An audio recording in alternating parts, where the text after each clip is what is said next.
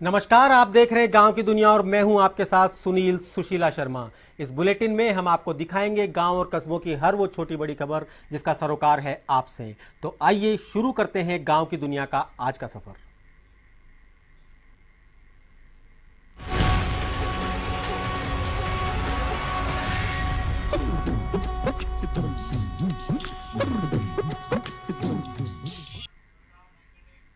जालोर जिले में भारी बारिश के बाढ़ के हालात बने हुए हैं। जिले में बारिश का दौर रुका हुआ है, वहीं नदी नाले अभी भी उफान पर चल रहे हैं। कई जगह लोग अभी तक फंसे हुए हैं। हेलीकॉप्टर सहित एनडीआरएफ, एसडीआरएफ, आर्मी की टीमें लोगों को रेस्क्यू कर निकाल रही हैं। आपको बता दें कि सोमवार शाम पांचला बांध टूटने से रात को सांचौर शहर में पानी घुस गया। वहीं भीनमाल शहर के निचले इलाकों में पानी भर गया। सबसे ज्यादा परेशानी विश्व की सबसे बड़ी गौशाला में पानी घुसने से गायों की हालत खराब है। गौशाला में पानी जमा होने से कीचड़ बन गया है।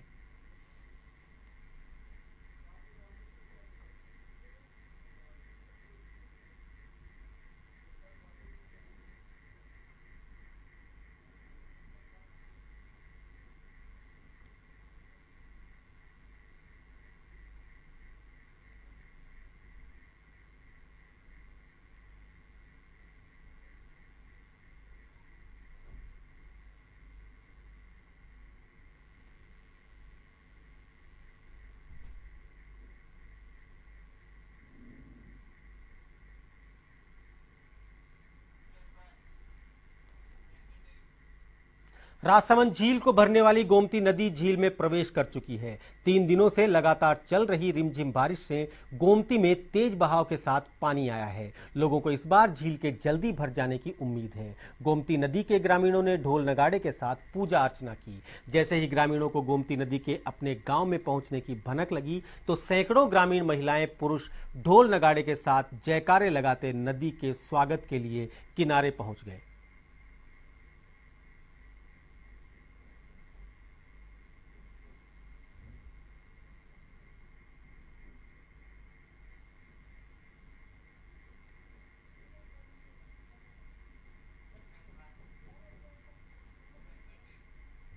सुमेरपुर के ढोला गांव में 4 लेन निर्माण कंपनी द्वारा बरसाती पानी की निकासी की व्यवस्था किए बगैर बनाए गए फ्लाईओवर के कारण बाढ़ के हालात हो गए। गांव से एनडीआरएफ की टीम ने 300 से ज्यादा लोगों को रेस्क्यू कर बचाया है। इन लोगों के लिए भोजन पानी की व्यवस्था भी भामाशाहों में स्थानीय विधायक मदन राठौड़ और नगर पालिका सुमेरपुर द्वारा की जा रही है। सुमेरपुर में विधायक निवास स्थान पर खाने के पैकेट बनाए जा रहे हैं एवं आसपास क्षेत्र से भी खाने के पैकेट ढोला गांव को भिजवाए जा रहे हैं।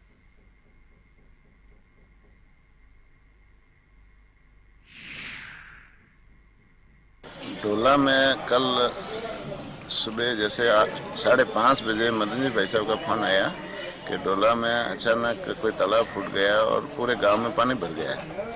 तो सभी हमारे जो टीम के सदस्य थे, कार्यकर्ता थे, वो सक्रिय हो गए और सभी ढोला पहुंच गए। ढोला पहुंचने के बाद राहत के कार्य चालू कर दिए, बचाव के कार्य चालू कर दिए।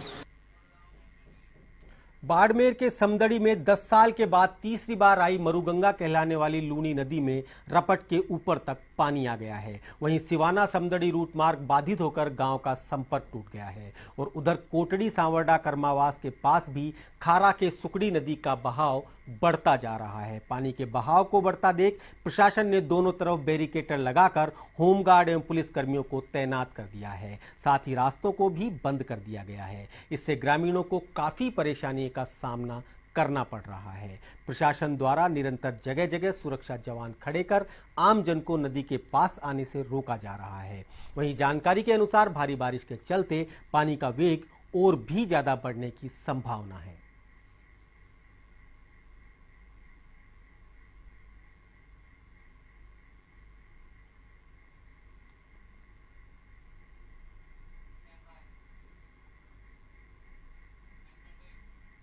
पाली के सुमेरपुर उपखंड क्षेत्र के सांडेराव में स्थानीय ग्राम पंचायत प्रशासन द्वारा गत दिनों ब्लॉक सीसी सड़क निर्माण को लेकर गंदे पानी के निकासी के लिए बनी नाली को तोड़ दिया गया। पानी का बहाव कोटा वाली वास की तरफ छोड़ने से कुछ कच्चे मकानों में पानी घुस गया। इससे मकानों के कभी भी क्षतिग्रस्त होकर गिरने की संभावना बढ़ गई है। कोटावाली वास की परेशान महिलाओं ने बंद अटल सेवा केंद्र के बाहर नारेबाजी करते हुए जिला कलेक्टर को सूचना भेजकर समस्या के शीघ्र समाधान की मांग की है।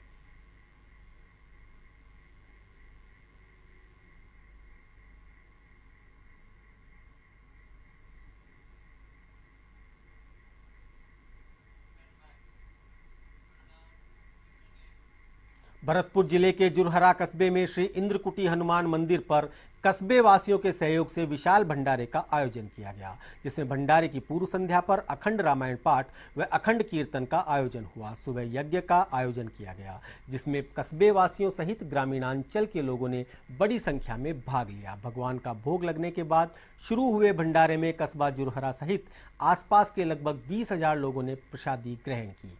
भंडारे के आयोजकों ने बताया कि भंडारे में कस्बे वासियों का सहयोग सराहनीय रहा है।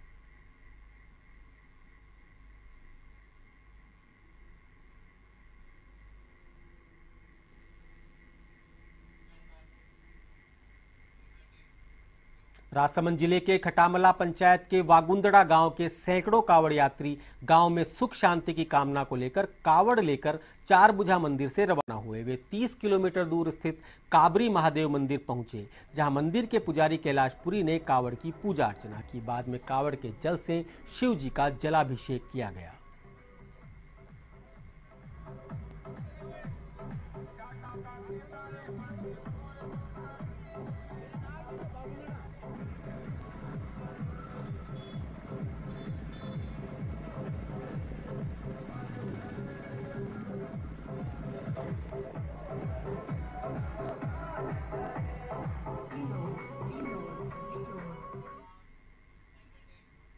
भरतपुर में मंगलवार को पीएससीएल लिमिटेड के ग्राहकों के पेमेंट संबंधी समस्याओं के लिए एमआईएसओ के बैनर तले ग्राहकों व फील्ड वर्कर की मीटिंग का आयोजन किया गया। मीटिंग में जिलाध्यक्ष जयवीर मान ने बताया कि सुप्रीम कोर्ट द्वारा 2 फरवरी 2016 को पीएससीएल निवेशकों को उनके पैसे की वापसी के लिए कहा गया था, लेकिन 18 माह बीत जाने के बावजूद निवेशकों को उनका पैसा नहीं मिल सका। इसको लेकर जंतर मंतर दिल्ली में अनिश्चितकालीन धरना दिया जाएगा, जिसमें भरतपुर से 5,000 ग्राहकों व फील्ड वर्कर्स को ले जाने का आह्वान किया गया है।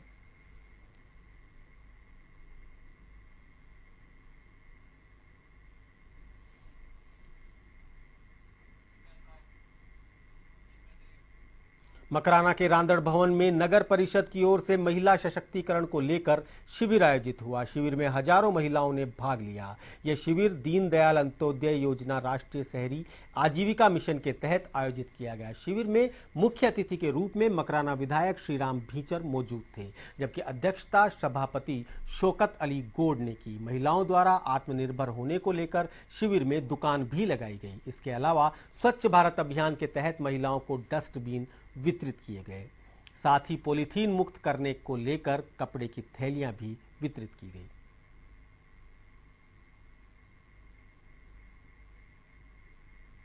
करौली के टोडा भीम में डूंगरपाड़ा जलदाय विभाग के कार्यालय में स्थित शिव मंदिर में महादेव को जलाभिषेक किया गया। शिव भक्त मंडल के लगभग 2 दर्जन कार्यकर्ताओं ने ग्राम भंडारी में स्थित क्षेत्र के प्रसिद्ध आस्था धाम किंजर धाम से कावड़ भरकर लाए और महादेव का जलाभिषेक किया। यात्रा के दौरान सभी युवकों ने बैंड बाजों की धुन पर जमकर नृत्य किया और भव्य आतिशबाजी भी की। कस्बे में कई स्थानों पर इन कावड़ियों का लोगों ने अल्पाहार एवं शीतल पेय पिलाकर स्वागत किया।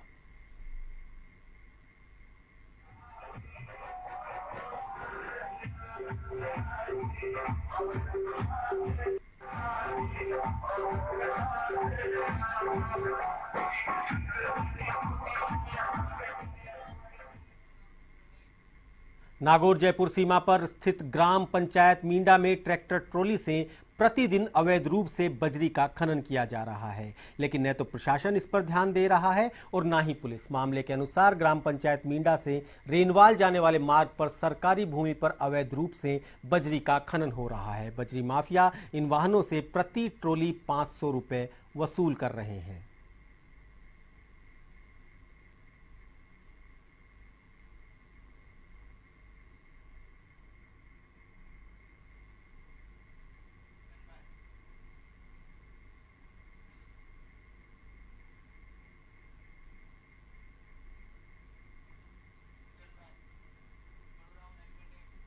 नागौर में भाजपा के कोषाध्यक्ष रामकुमार भूतड़ा के मेड़ता पहुंचने पर बीजेपी कार्यकर्ताओं और महेश्वरी समाज ने भूतड़ा का हार्दिक स्वागत किया। भूतड़ा ने बीजेपी कार्यकर्ताओं को बीजेपी राष्ट्रीय अध्यक्ष अमित शाह के दौरे का महत्व बताया और शाह के संदेश और मंशा की जानकारी भी कार्यकर्ताओं तक पहुंचाई। उन्होंने कहा कि जयपुर में शाह की बैठक के बाद पार्टी कार्यकर्ताओं में आत्मविश्वास जगा है।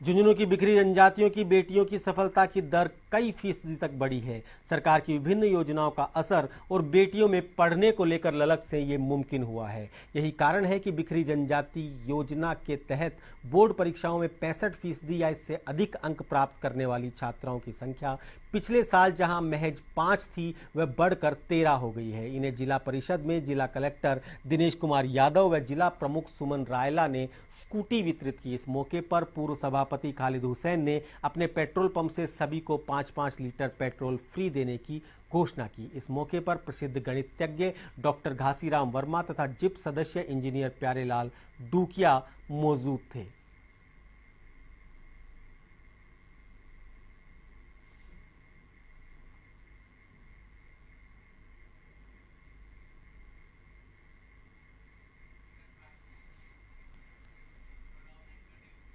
झुंझुनू में जिला परिषद में जिला कलेक्टर ने प्रेस वार्ता का आयोजन किया। प्रेस वार्ता में बताया कि सभी नरेगा मजदूरों के बैंक खाते आधार कार्ड से जोड़ने के लिए 31 दिसंबर तक का वक्त दिया गया है। इसके लिए जिला परिषद और पंचायत समिति स्तर पर कोशिश भी शुरू कर दी गई है। झुंझुनू में 62% नरेगा मजदूरों के बैंक खाते आधार कार्ड से जुड़े हुए हैं। अभी भी 38% मजदूरों के आधार नंबर उनके बैंक खातों से नहीं जुड़े हैं। ऐसे में इसके लिए अभियान शुरू किया गया है जो 10 सितंबर तक चलेगा। इस मौके पर सीईओ जेपी बुनकर ने बताया कि सभी ग्राम पंचायतों का कार्यक्रम तय कर लिया गया है। निश्चित तारीख और स्थान पर न केवल बैंक का स्टाफ बल्कि ई मित्र इत्यादि भी मौजूद रहेंगे।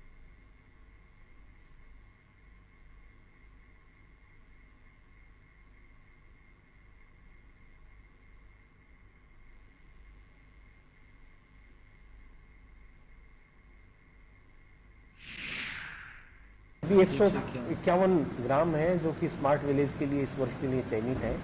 तो उनसे संबंधित जो योजनाएं हैं वो सब तैयार हो चुकी हैं। उनको जो अधिकांश जो योजनाएं हैं वो जो संबंधित विभागों द्वारा शुरू की गई हैं उनसे संबंधित उनकी योजनाओं को कन्वर्जेंस करते हुए और स्मार्ट विलेज के रूप में उसको डेवलप करना है। उसके अतिरिक्त जो कामों की आवश्यकता है उसके लिए पृथक से बजट स्वीकृति कार्रवाई जिस भी स्तर से संभव है वहां से किए जाने का कार्रवाई राज्य सरकार के स्तर से की जा रही है।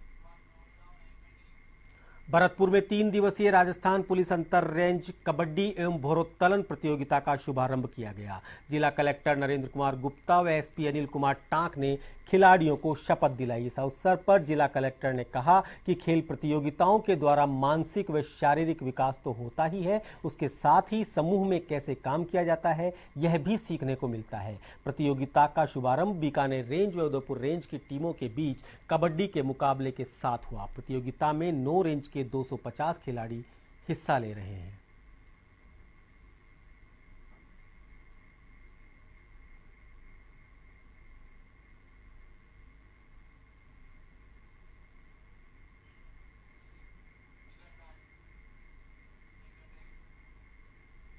टोंक में न्यायिक कर्मचारियों ने शेट्टी आयोग की सिफारिशों को लागू करवाने की मांग को लेकर रैली निकाली। इस दौरान कर्मचारियों ने सामूहिक रूप से कार्यों का बहिष्कार भी दिया।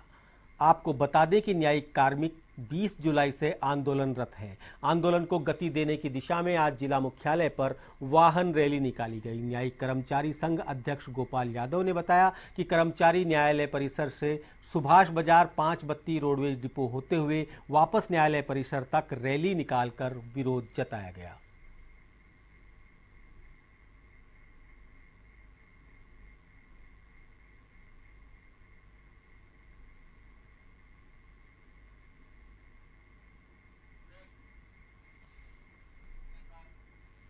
हनुमानगढ़ जिले के फिफाना में सामुदायिक स्वास्थ्य केंद्र में एक ही डॉक्टर होने से आसपास के क्षेत्र से आ रहे रोगियों को भारी परेशानी का सामना करना पड़ रहा है। इसी बीच केंद्र में चल रही अव्यवस्थाओं को लेकर मंगलवार को एसएफआई ग्राम कमेटी ने केंद्र में कार्यरत डॉक्टर को सीएमएचओ के नाम ज्ञापन सौंपकर अनिश्चितकालीन धरना शुरू किया। ज्ञापन के जरिए मांग की गई कि 4 दिनों में रिक्त पदों को भरा जाए, नहीं तो तालाबंदी कर दी जाएगी।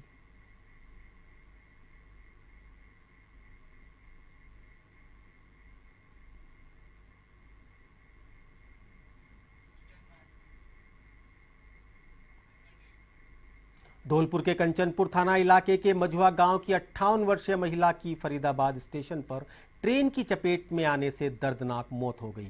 महिला की मौत से गांव में सन्नाटा पसरा हुआ है। मृतका के परिजनों ने बताया कि मृतका माया देवी अपने परिवारजनों के साथ दिल्ली के हंसलोक आश्रम पर अपने गुरुजी भोले महाराज एवं मंगला देवी के प्रवचनों में भाग लेने जा रही थी। सुबह 4 बजे सभी लोग फरीदाबाद स्टेशन पर गाड़ी से नीचे उतर गए। इसी बीच मृतका माया देवी अंधेरा देख स्टेशन के किनारे लघुशंका के लिए बैठ गई। तभी ताज एक्सप्रेस ट्रेन की चपेट में आ जाने से महिला की दर्दनाक मौत हो गई।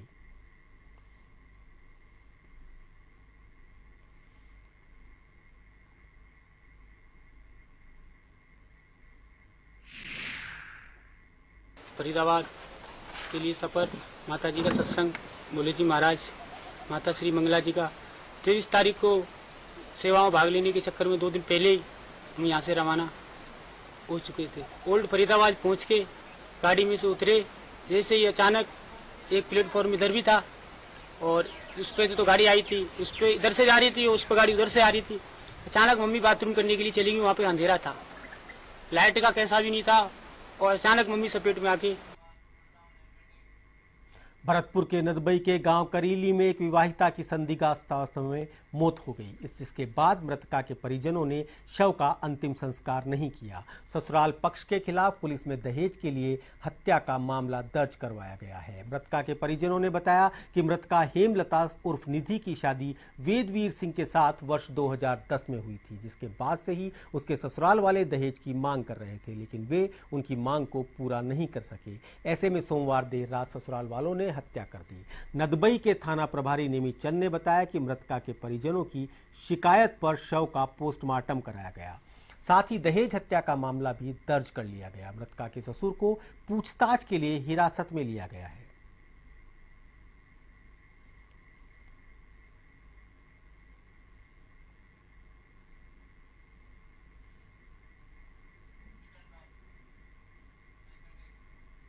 धौलपुर में एक पति ने पत्नी की हत्या कर शव को फंदे से लटका दिया। हत्या की वारदात को अंजाम देकर आरोपी पति मौके से फरार हो गया। ये घटना धौलपुर के गांव रतनपुर की है। वारदात के बाद पति जेठ और जेठानी के खिलाफ पुलिस में मामला दर्ज किया गया। सूचना मिलते ही पुलिस मौके पर पहुंची और शव को कब्जे में लेकर बसेड़ी अस्पताल की मोर्चरी में रखवाया गया। पुलिस ने बताया कि मृतका रामा की शादी करीब 5 वर्ष पूर्व गांव रतनपुरा निवासी रिंकू परमार के साथ हुई थी। शादी के बाद से ही पति रामा और उसकी पुत्री के साथ झगड़ा और मारपीट करता था। सोमवार को आरोपी रिंकू ने पत्नी की हत्या कर शव को फंदे से लटका दिया और आरोपी पुलिस के पहुंचने से पहले ही फरार हो गया। फिलहाल पुलिस ने हत्या का मामला दर्ज कर जांच शुरू कर दी है।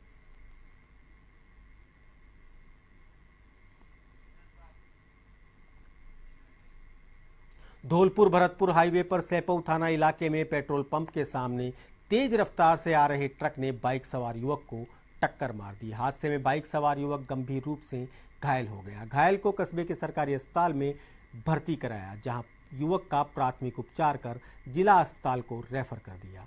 जानकारी के मुताबिक तांतपुर निवासी युवक धौलपुर रिश्तेदारी में किसी कार्यक्रम में शरीक होने जा रहा था, तभी हाईवे 123 पर पेट्रोल पंप के सामने ट्रक ने उसे टक्कर मार दी।